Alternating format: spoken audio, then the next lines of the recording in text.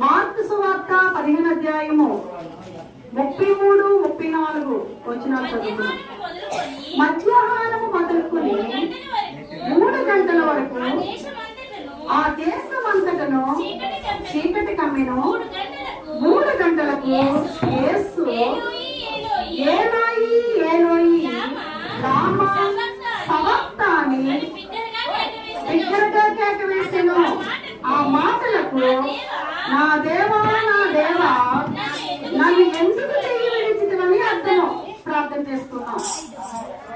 మహాగణుడా, మహోన్నతుడా, పరిశుద్ధుడా, గొప్ప దేవా, నిత్య నివాసి, నీకు వందనములు, స్తోత్రములు ప్రభువా. ఈ మహా శుక్రవారము నాయన నా తండ్రి నీ వాక్యమును చెప్పుటకు మాకు ఇచ్చిన సమయమును బట్టి మీకు లెక్కలేని వందనములు, స్తోత్రములు ప్రభువా.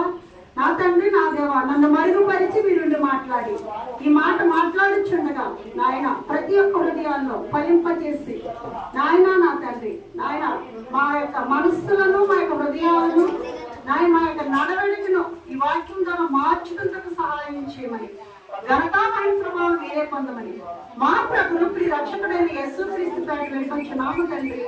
ఆమేన్. ఇక్కడ మనం చూసినట్లయితే ఈ యొక్క శుక్రవారము ఇది మహా శుక్రవారం అండి. దీన్ని మనం శుభ శుక్రవారం అంటాం. ఒక వ్యక్తి చనిపోయినప్పుడు ఏ రోజు కూడా అది మనకు మంచి రోజు కాదు ఎవరికి, మనుషులకి. కానీ ఇక గుడ్ ఫ్రైడే అంటే అర్థం ఏంటి? మంచి శుక్రవారము లేదా మహా శుక్రవారము అని. ఎందుకు అంటే అనేక మంది శిలువపై మరణించి వేల కొలది లక్షల కొలది యేసు ప్రభు వారు చనిపోకుండా చనిపోయారని చాలా మంది శిలువ వేయంటారంట. కానీ యేసు ప్రభు వారికి ఉన్న ప్రత్యేకత ఏమిటి అంటే ఇన్నాళ్ళు చనిపోయినటువంటి వారేమో వారి పాపం బట్టి వారు చనిపోయినట్టండి. కానీ యేసు ప్రభు వారు అయితే ప్రపంచ యావత్ మొదలుకొని లోకంలో ఉన్నటువంటి ప్రతి ఒక్కరి కోసము వాళ్ళ పాపాల నిమిత్తము ఈయన శిలువపై మరణించాడు. మరణించడమే కాదు మరలా తిరిగి లేచాడు. ఇది గొప్పతనం అందులో ఉన్నటువంటిది. కనుక మరి యేసు ప్రభు వారు మాట్లాడినటువంటి 7 మాటలు మనం చూసినట్లయితే మొదటి మాట, తండ్రి వీరేమి చేయుచున్నారో వీరు ఎరుగరు కనుక వీరిని క్షమించు. ఏంటి, ఎవరన్నా ప్రాణం తీస్తూ ఉంటే వారి గురించి ప్రార్థన చేయగలిగే శక్తి లేదా ప్రార్థన చేయగలిగినటువంటి సహనము, ఓర్పు మనుషులకు ఉందా అంటే లేదు. కానీ వీరేమి చేయుచున్నారో వీరు ఎరుగరు. అవును, వారు ఏం చేస్తున్నారో వారికే తెలియడం లేదు. ఒక మంచి వ్యక్తిని, ఒక మరి దేవాది దేవుణ్ణి, లేకపోతే ఒక గొప్ప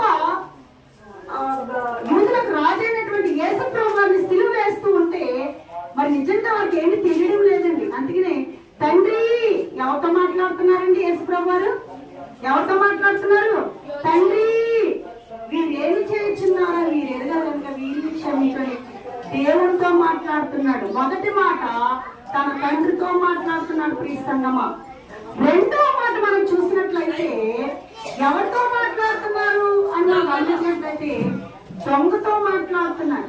మొదటి మాట మాట్లాడినప్పుడు ప్రభు వారు ఎక్కడ చూశారంటే పైకి చూశారు. గమనించాలి. మొదటి మాట మాట్లాడినప్పుడు ఎక్కడ చూశారండి? పైకి. తండ్రి అని సంబోధించారు. ఆకాశం వైపు కన్నులెత్తాడు. ఆకాశం ఆయన సింహాసనము, భూమి ఆయన పాదపీఠము కనుక ఆయన ఆకాశం తట్టు కన్నులెత్తి తండ్రి అని ఆయన యొక్క చూపు పైకి చూశాడు. ఆ సమయంలో ప్రభు వారి యొక్క పరిస్థితి ఎలా ఉంది అంటే చాలా భయంకరంగా ఉందండి.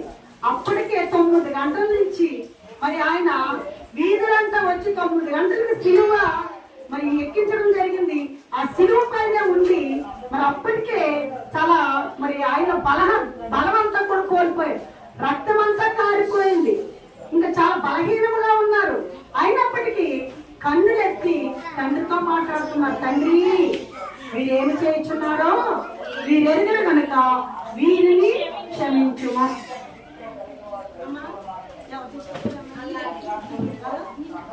అయితే మొదటి వాక్యము అంటే మొదటి మాట ఆకాశం వైపు కన్నులెత్తాడు.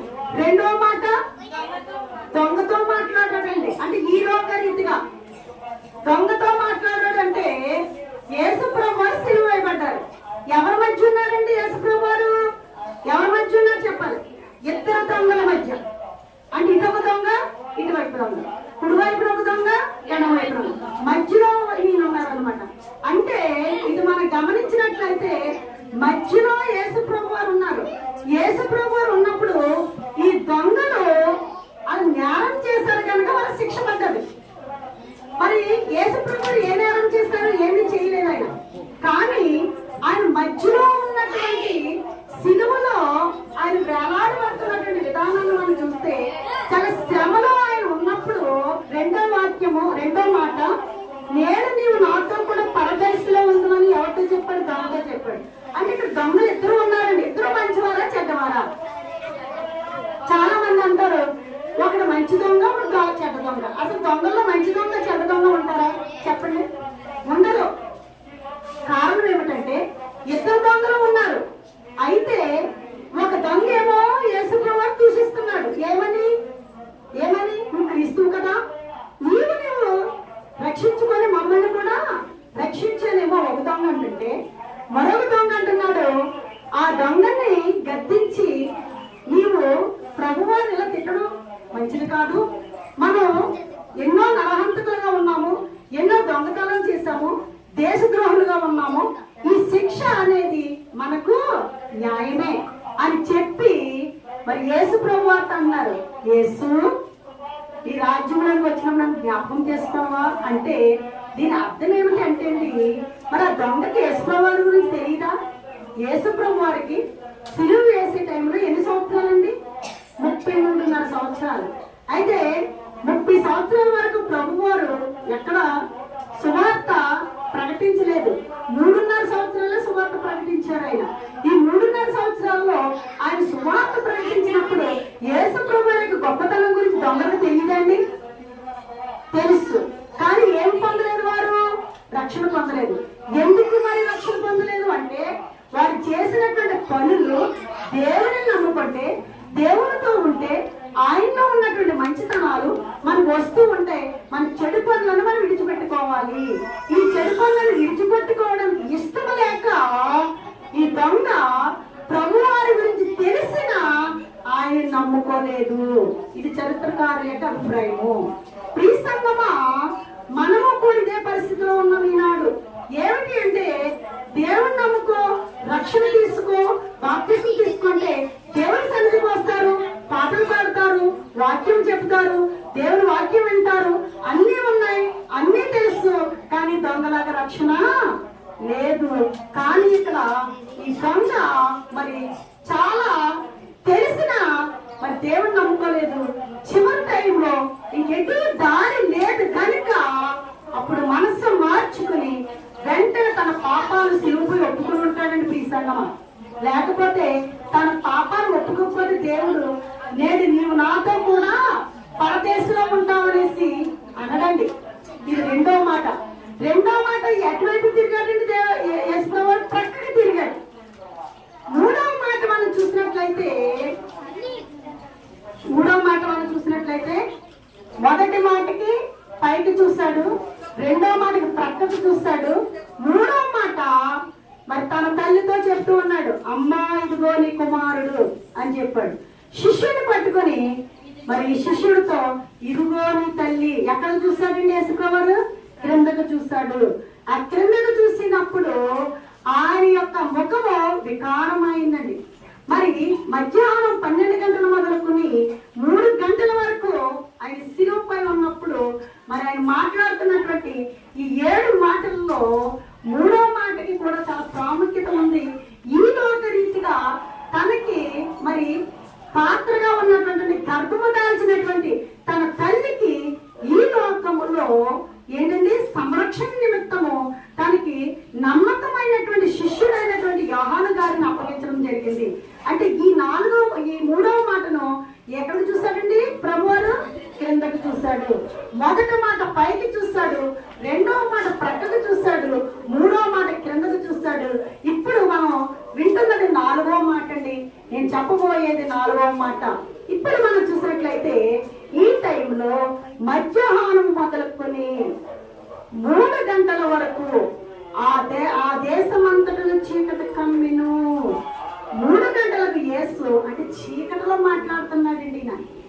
ఈయన ఏం చేస్తున్నాడండి? చాలా బలహీనంగా ఉన్నాడు.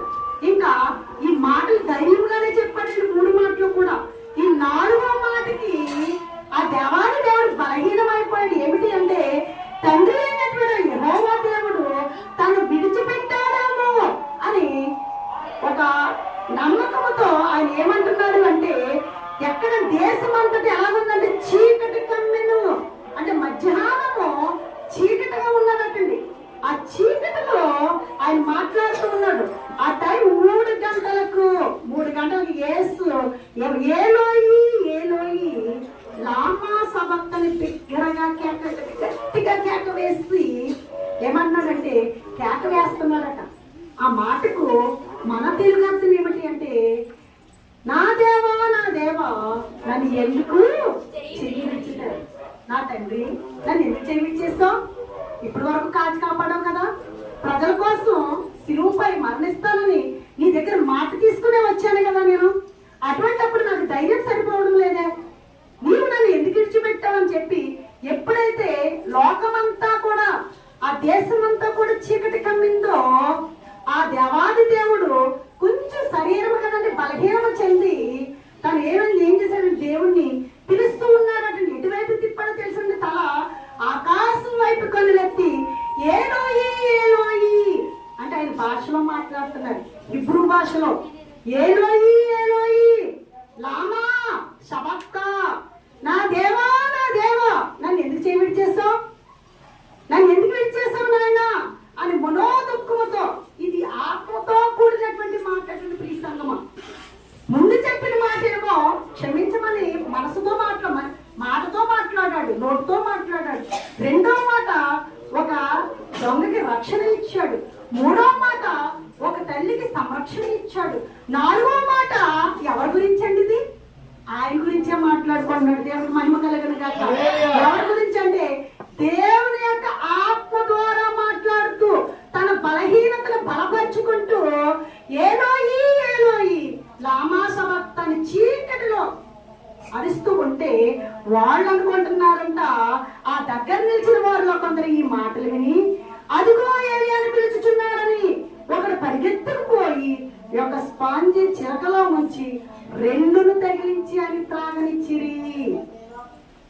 పాపం అరుస్తున్నాడు ఇలా చీకట్లు అని చెప్పి. దాహం వేస్తుందేమో. 2లో ఏముందో తెలుసండి? చేదు ఉంది. చేదు. అది ఎందుకు ఇస్తారు అంటే, ఆనాటి కాలంలో అసలు సిలువ అనేది ఏమిటి అంటే, సిలువ చరిత్రలోకి మనం వెళ్ళినట్లయితే పిల్లరా, ఈ సిలువ వేసినప్పుడు ఎలాగంటే ఇది ఎక్కడితో ప్రారంభమైంది? ఇది ఏ కాలం నాటిది అంటే, ఇది నాగరికత కాలంలో, అంటే పూర్వకాలంలో ప్రాచీన నాగరికతలు ఉండేయండి. ఏంటంటే సింధు నాగరికత అని, మెసొపొతేమియా నాగరికత అని, ఈజిప్ట్ నాగరికత అని, ఇలా అనేక నాగరికతలు ఉండే. ఆనాటి కాలంలో ఈ సిలువ సంబంధించిన చరిత్ర అప్పుడు ప్రారంభమైందటండి. ఎలాగంటే ఇది ఎవరు, ఈ సిలువ ఎవరి ద్వారా వేయబడ్డది అప్పట్లో? ఫస్ట్ పర్షియన్లు, తర్వాత కన్ఫ్యూజియన్లు, తర్వాత రోమన్లు. ముఖ్యంగా ఇందులో వీళ్ళ యొక్క ఉద్దేశం ఏమిటి అంటే, ఆ సిలువ ఎందుకు ఎవరికి వేస్తారు అంటే, దేశద్రోహులు, దొంగలకు ఏంటి, తర్వాత ఎవరైతే కరుడు కట్టినటువంటి దొంగలు ఉంటారు వారికి సిలువ ఆనాటి కాలంలో. అయితే సిలువ అనేది ఎప్పటితో కొనసాగించారంటే, క్రీస్తు పూర్వం 4వ శతాబ్దంలో కొనసాగించారు అక్కడి. అయితే ఇందులో మనం గమనించినట్లయితే ఈ సిలువ వేసినప్పుడు ఎందుకు వేయడం జరిగేది అంటే, ఆ నాటి కాలంలో ఎవరైనా తప్పులు చేసిన వాళ్ళు వేస్తున్నారని చెప్పాం మనం. అయితే ఇక్కడ మనకి ఏమేమి పర్షియన్లు, రోమన్లు, కన్ఫ్యూజియన్లు, ఈ 3 మరి ప్రదేశాల ప్రాంతాల వారు సిలువ వేసేవారటండి. ఇలాంటి వేసినటువంటి టైంలో మరి సిలువ వేయడం అనేది ముఖ్యంగా పర్షియన్లు వేశారు. ఇక్కడ అసీరియన్లు అనేవారు ఆర్యన్ల యొక్క భవనాలపై సిలువ వేసినటువంటి బొమ్మలు వేస్తూ ఉండేవారటండి. ఈ సిలువ యొక్క ముఖ్య ఉద్దేశం ఏంటంటే, వాడు సిలువ వేసినప్పుడు వాడి ప్రాణాలు వెంటనే తీయకూడదు. ఎలాగంటే పొయ్యిపై సిలువ కొన్ని రకాలు ఉందండి. పొయ్యిపై నిలబెట్టడం అంటే పొయ్యికి కట్టేయడం, అంటే కర్రకు కట్టడం. రెండోది ఏమిటి అంటే, రెండవ సిలువ రకం ఏంటంటే ఎక్సాకారంలో ఉన్నటువంటి శిలువ, మూడో శిలువ తలక్రిందులుగా ఉన్నటువంటి శిలువ, నాలుగో శిలువ టీ ఆకారంలో ఉన్నటువంటి శిలువ, టీ ఆకారం. ఐదో శిలువ ఏంటంటే యేసు ప్రభువు వేసినటువంటి క్రాస్. ఈ యొక్క శిలువ ఎవరికి వేయబడ్డది అంటే యేసు ప్రభు వారికి కూడా ఉన్నటువంటి దొంగలకి వేయబడ్డదండి ఇటువంటి రకం శిలువ.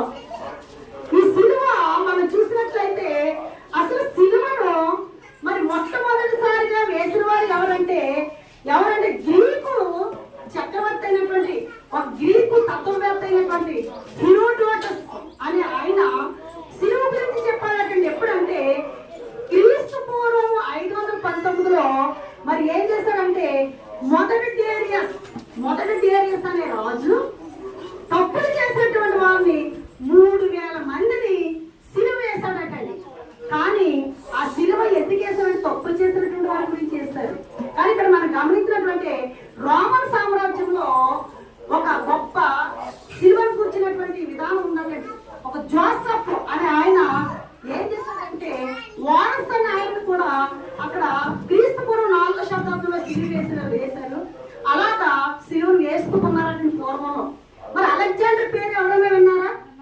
అలెగ్జాండర్ కూడా మరి శిలువకు సంబంధించినటువంటి కూడా క్రీస్తు పూర్వం 4వ శతాబ్దంలో కూడా అలెగ్జాండర్ కూడా శిలువలు వేయడం వల్ల మరి ఆయన రాజ్యాన్ని జయించినప్పుడు ప్రతి చోట వారికి జయించినటువంటి రాజ్యాల్లో ఉన్నటువంటి నరహంతులైనటువంటి శిలువ వేసి అందుకనే శిలువ గురించి వార్తలు మనకు తెలియడానికి కారణం అలెగ్జాండర్ అంటారు. అయితే ఇప్పుడు మనం విందాము మరి శిలువ వేసినప్పుడు ఆ యొక్క యేసు ప్రభువుని అంత ఇబ్బంది ఎందుకు పెట్టారు అంటే శిలువ వేసిన వెంటనే మనిషి చనిపోకూడదండి. ఎలాగంటే రోమన్ యొక్క ప్రాధాన్యత ఏంటంటే శిలువ వేసినప్పుడు ఆ వ్యక్తిని ముందుగా కొరడాలతో కొట్టాలట. కొరడాలతో కొట్టినప్పుడు మరి ఆ కొరడాలు ఇలా వేసినప్పుడు ఆ కొరడాలకు ఏముంటాయండి? కొక్కు ఉంటుంది. ఆ కక్కు పట్టుకుని ఇలా లాగినప్పుడు మాంసము ఊరొస్తుంది. అయితే ఈయన శిలువని ఎక్కించినప్పుడే చాలా బ్లడ్ బయటికి పోయింది. అయితే ఈ శిలువలో పెట్టినప్పుడు మరి ఆ శిలువలో ఆయన ఉన్నప్పుడు రక్తం పోవాలి, వెంటనే చనిపోకూడదు, ఆ వ్యక్తి బాధపడాలి. ఆ వ్యక్తి బాధపడాలి అంటే కొంత వెనిగర్ ఒకటి, కొంత ఉప్పు ఒకటి, ఆ యొక్క ఏంటంటే ఈపుని మరి ఆ కుక్కెములతో లాగినటువంటి మాంసం మీద జల్లాలి. అది జల్లితే ఆ సురసులో మంట ఎక్కువైపోయి వేదన చెందాలి. రోమన్ల యొక్క శిలువకు సంబంధించినటువంటి చరిత్ర అయింది. అలాగా ఆయన ఓపిక లేకపోయినా మరి అన్ని శ్రమలు పొందిన తర్వాత శిలువ ఎక్కించినప్పుడు ఆయనకి వేసినటువంటి శిలువ క్రాస్. ఈ క్రాస్ చెక్కతో చేయబడ్డదండి, అయితే బంగారంతో చేయబడ్డదా, వెండితో చేయబడ్డది, దేంతో చేయబడ్డది? చెక్క. అయితే నేను చెప్పేది ఏమిటి అంటే యేసు ప్రభువు వారు ఆ శిలువపై మరి ఆ చెక్క మీద ఉండి బాధపడుతూ శ్రమ అనిపిస్తున్నారు కదండి. మరి చెక్క మీద అంటే కొయ్య మీద ఎందుకు శిలువ వేయబడ్డాడు ప్రభు వారు? అంత బరువు గల శిలువ మరి తనే మోసుకొచ్చాడు. అంటే తను ఒక్కడే మోసాడు అంటే కాదండి, ఎవరైతే పాపం చేస్తారో వారు శిలువ వాళ్ళే మోసుకు రావాలంటండి. వాళ్ళు ఆ కొండ మీద వాళ్ళే ఎక్కారట. కానీ యేసు ప్రభు వారు ఏ తప్పు చేయలేదే. కానీ నీ కోసం నా కోసం ఆయన ఏం చేశాడండి? ప్రాణాన్ని దానంగా చేశాడు. కనుక ఆ యొక్క శిలువను, ఆ బరువైన శిలువను ఎక్కడికి తీసుకొచ్చాడండి? కపాల స్థలం అన్నటువంటి గొల్గొతా స్థలం తీసుకొచ్చినప్పుడు ఆ పడిపోతూ లేస్తున్నప్పుడు ఎన్ని అవయవాలన్నీ కూడా చాలా దాగైపోయాయి. అప్పటికే ఏంటండి ఎలాగుంది? ఆ యొక్క ఎండకు మాంసం ఉడికిపోతూ ఉంది. కానీ ఈ శిలువ వేసినప్పుడు మరి ఆయన్ని నిలబెట్టి శిలువ వేశాడండి, లేకపోతే పడుకోబెట్టి శిలువ వేశారా? శిలువ ఎలా వేస్తారు? పడుకోబెట్టి 2 చేతులు చాపి 2 కాళ్ళు ఒకదానిపై ఒక పెట్టి ఏం చేశారండి? మేకులు వేసినప్పుడు బ్లడ్ వస్తుందా లేదా? ఖచ్చితంగా వచ్చింది. అంటే అందుకనే యశ్వ్రభు ఏం చేస్తారా? మనం చేసిన చేతులు ఏం చేస్తాం? ఈ చేతులు దొంగతనాలు చేయొచ్చు, ఈ చేతులతో కొన్ని చేయరాని పనులు చేయొచ్చు, ఏంటి తర్వాత ఇంకా ఆయన కాళ్ళలో ఏంటి శిలలు. ఈ వెయ్యబడినప్పుడు బ్లడ్ కారుతూ ఉంది. మరి ముండ్ల కిరీటం ఎక్కువగా ఉంది లేకపోతే మేకలు ఎక్కువ? ముండ్ల కిరీటమే ఎక్కువ. ఈ ముండ్ల కిరీటానికి వచ్చినప్పుడు అది పెట్టినప్పుడు అది దిగకపోవడం వల్ల శుద్ధించుకుని ఆ మేకలు పెట్టి ముండ్ల కిరీటం తల్లి ఎల్ల కొడుతుంటే ఆయనకి మెదడు కదిలిపోయి ఆయన యొక్క రక్తము ఏంటండి మొత్తం అంతా ముఖం కప్పేస్తాయి.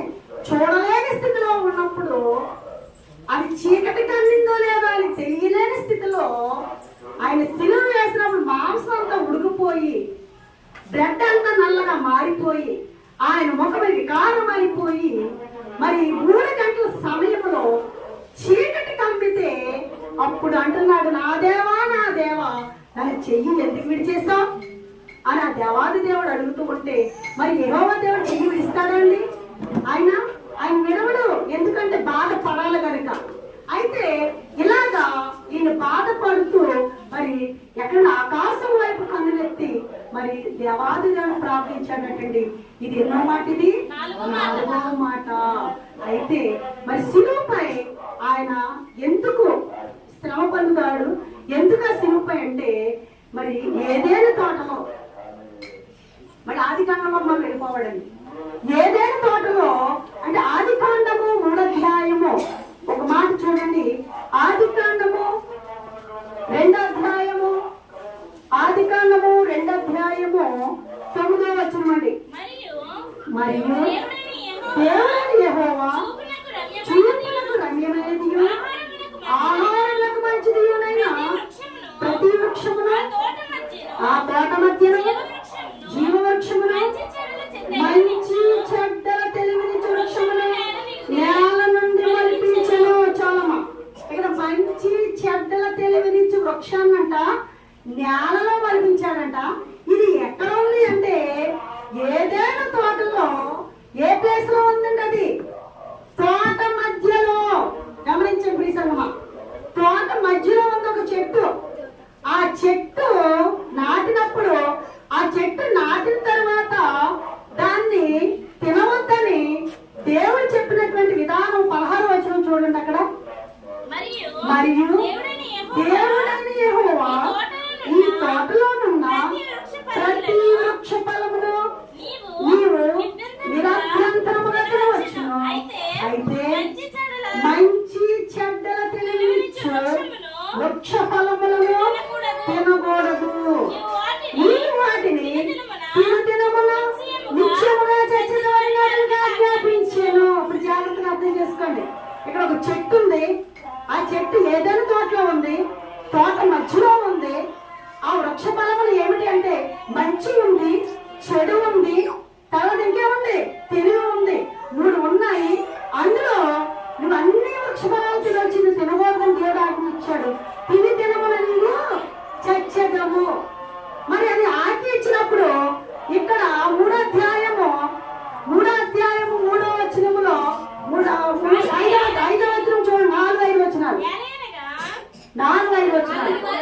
అందుకు సర్పము మీరు చావనే చావరు, యాలి అనగా మీరు వాటిని దినమున మీ కన్నులు తెరవబడిననియు మీరు మంచి చెడ్డలను ఎరిగిన వారే దేవతల వలె ఉందురనియు దేవునికి తెలియనని స్త్రీతో చెప్పగా, స్త్రీ ఆ వృక్షము ఆహారం నాకు మంచిదియు కన్నులకు అన్నమనియు వివేకమిచ్చు రమ్యమనియునైన ఉండడు చూసినప్పుడు ఆమె దాని ఫలములను కొన్ని తీసుకుని తిని తనతో పాటు తన భర్తకు ఇచ్చెను. అతడు కూడా తినను. తినడం ద్వారా ఏమొచ్చిందండి? అక్కడ ఆ పళ్ళు తినడం ద్వారా ఏమొచ్చింది? ఏమి రాలేదా? ఏంటి? ఆ అవ్వ ఆదాము తినడం ద్వారా ఏమొచ్చింది? పళ్ళు దిగంబరులుగా రావడం వల్ల ఏం తెలిసింది వాళ్ళకి? సిగ్గు తేవడం వల్ల ఏమైంది? అక్కడ పాపం. అంటే ఏ వృక్ష ఫలాలను దేవుడు తినొద్దన్నాడో ఆ వృక్ష ఫలం తిన్నది. తిని తన భర్తకి ఇచ్చింది. ఇద్దరు తిన్నారు. అంటే ఆజ్ఞను ఏం చేశారు? ఇక్కడ అతిక్రమించారు. ఆజ్ఞాతిక్రమమే పాపము. ఆజ్ఞను ఎప్పుడైతే అతిక్రమించారో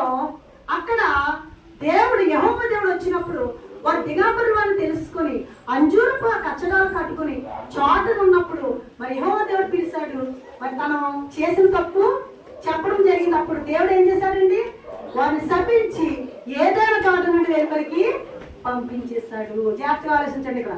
అంటే ఏదైనా తోటలో మధ్య చెట్టు ఉందో ఆ చెట్టు ఫలాలు తినడం వల్ల పాపం వచ్చింది.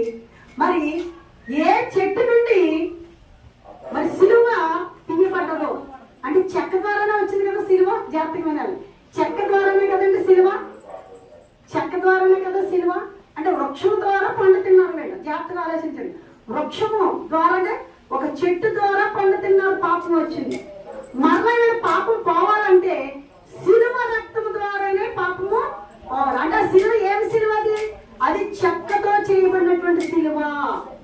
అందుకనే దొంగల మధ్యలో ఉన్నది యేసుప్రభువు సిలువ. ఇక్కడ ఏదైనా తోటలో మధ్యలో ఉన్నది వృక్షము. ప్రీసంగమ జాగ్రత్తగా ఆలోచించండి. ఏదైనా తోటలో ఒక వృక్షం ఉన్నది, తోట మధ్యలో వృక్షం ఉన్నది. అది మంచి చెడ్డ తెలివించే వృక్షము. అది తిని తినము నువ్వు చచ్చదు అని చెప్పాడు దేవుడు. అక్కడ మరి సర్పం యొక్క మాటలు విని అవ్వమ్మ ఆ యొక్క పండును తిన్నది, తన భర్తకిచ్చింది, పాపము చేసింది, ఏదైనా తోట నుండి బయటకు వచ్చింది. మరలా వాళ్ళకి రక్షణ కావాలంటే మరలా దేవాది దేవుడు తన కుమారుడు అయినటువంటి యేసు ప్రభు వారిని ఈ లోకానికి పంపించినప్పుడు మరలా ఆయన సిలువ వేయబడాలి అంటే ఏ సిలువ కావాలండి? అదే చెక్క సిలువ కావాలి. అంటే అదే వృక్షం అవునో కాదో నాకు తెలియదు, కానీ మరి ఇక్కడ వృక్షముతో చేయబడినటువంటి చెక్కే సిలువ. ఆ సిలువ చెక్క మీదే, ఆ కొయ్య మీదే యేసు ప్రభు వారు మధ్యలో వేలాడుతున్నాడండి. ఆకాశానికి భూమికి మధ్యలో ఆయన సిలువలో ఉండి వేలాడుతుంటే ఆ దేవాది దేవుడు అంటాడు, ఏలోయి ఏలోయి లామా సబక్త, నన్ను ఎందుకు విడిచిపెట్టేశావు నాయన, నా దేవా నా దేవా నన్ను ఎందుకు ఒంటరిగా చేసిస్తావు అని తన ఆత్మ ద్వారా దేవునితో మాట్లాడుతున్నటువంటి మాట ప్రియ సంగమా. కనుక మరి ఆనాడు తోట మధ్యలో ఉన్నటువంటి వృక్షాన్ని మరి ఫలాన్ని తప్పు చేసింది. మరి ఈ రోజు మరి దేవుడు రక్షణ ఇచ్చాడు కనుక మనము ఈ సిలువను గురించిన వార్త నశించుచున్నట్టు వారి గారికి వెళ్తాము, కానీ రక్షింపబడుచున్నప్పుడు మనకు మహాశక్తి అయినది. కనుక మరి మనము ఆ పాపము నుండి మనం ముక్తి చెందాలి అంటే మనం చేసిన పాపములు ఒప్పుకొని ఆయన సిలువ మరి రక్తము ద్వారా నీ పాపము నా పాపము కడగబడ్డది కనుక. అందుకనే ప్రకటన గ్రంథంలో అంటున్నాడు, ఎవరైతే వారు వస్త్రములు ఆయన రక్తములో ఉతుకుకుంటారో అని సెలవిస్తున్నారు ప్రియ సంగమా. కనుక ఈ రోజు ఈ మహాశుక్రవారము లేదా శుభ శుక్రవారము లేదా గుడ్ ఫ్రైడే సందర్భంగా నీవు నేను కూడా మరి ఈ రోజు మరి మన యొక్క ఆత్మల ద్వారా లేదా మన హృదయాన్ని చింపుకొని మన హృదయంలో ఉన్న తలంపులు కానీ ఆలోచనలు కానీ అన్నీ విడిచిపెట్టి ఆ శిలువపై ఆయన మరణించినటువంటి విధానాన్ని గుర్తు చేసుకుంటూ స్మరించుకుంటూ ఆయన రక్తములో మనందరి పాపములు కడుక్కునేలాగా పరిశుద్ధాత్మ దేవుడు మనందరినీ నడిపించి ఆశీర్వదించును గాక. ఆమేన్. ప్రార్థన చేసుకుందాం.